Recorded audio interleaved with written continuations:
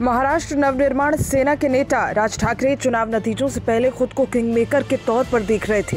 उनका कहना था कि इलेक्शन के बाद भाजपा सरकार बनाएगी और देवेंद्र फडणवीस मुख्यमंत्री होंगे।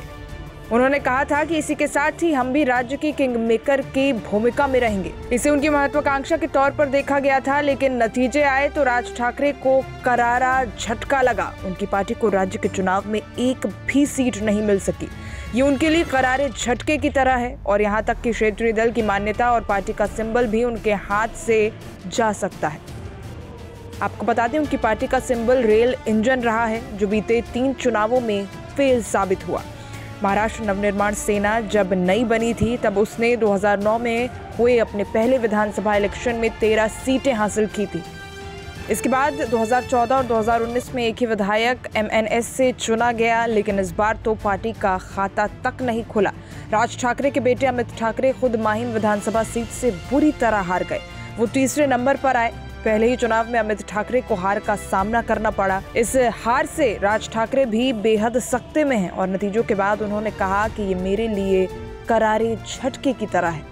यही नहीं, अब पार्टी के सामने वजूद का ही संकट खड़ा हो गया है। एमएनएस को राज्य के इलेक्शन में महज 1.55% वोट मिला।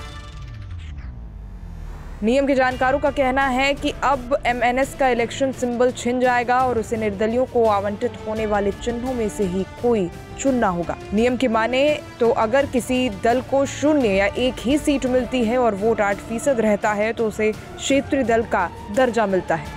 इसी के साथ ही 2 सीट और 6% वोट का नियम है। इसके अलावा 3 सीट पाने पर 3% वोट को भी क्षेत्रीय दल की ही मान्यता के लिए आधार माना गया है। एमएनएस बीते 3 चुनावों में इनमें से किसी भी पैमाने पर खरी नहीं उतरी है।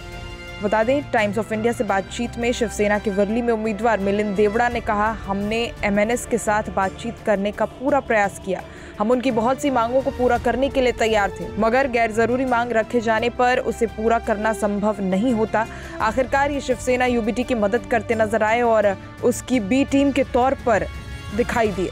हालांकि हमें ये पता है कि उनका ऐसा इरादा नहीं था। अगर माहिम और वर्ली में एमएनएस नहीं रही होती तो इसमें कोई दो राय नहीं कि हम बड़े अंतर से जीते होते। आदित्य और अमित ठाकरे दोनों को मिला सबक। मुंबई में एमएनएस ने 25 विधानसभा सीटों पर अपने उम्मीदवार उतारे। इनमें से उसके 12 कैंडिडेट्स ने शिवसेना और 10 ने बीजेपी के खिलाफ ताल ठोकी। मुंबई से बाहर वाणी और गुहागर सीट पर एमएनएस उम्मीदवारों से शिवसेना यूबीटी को फायदा मिला। ये जरूरी है कि एमएनएस को शिवसेना की वजह से कोई फायदा नहीं मिल पाया। राज ठाकरे के बेटे अमित ठाकरे के साथ ऐसा ही हुआ।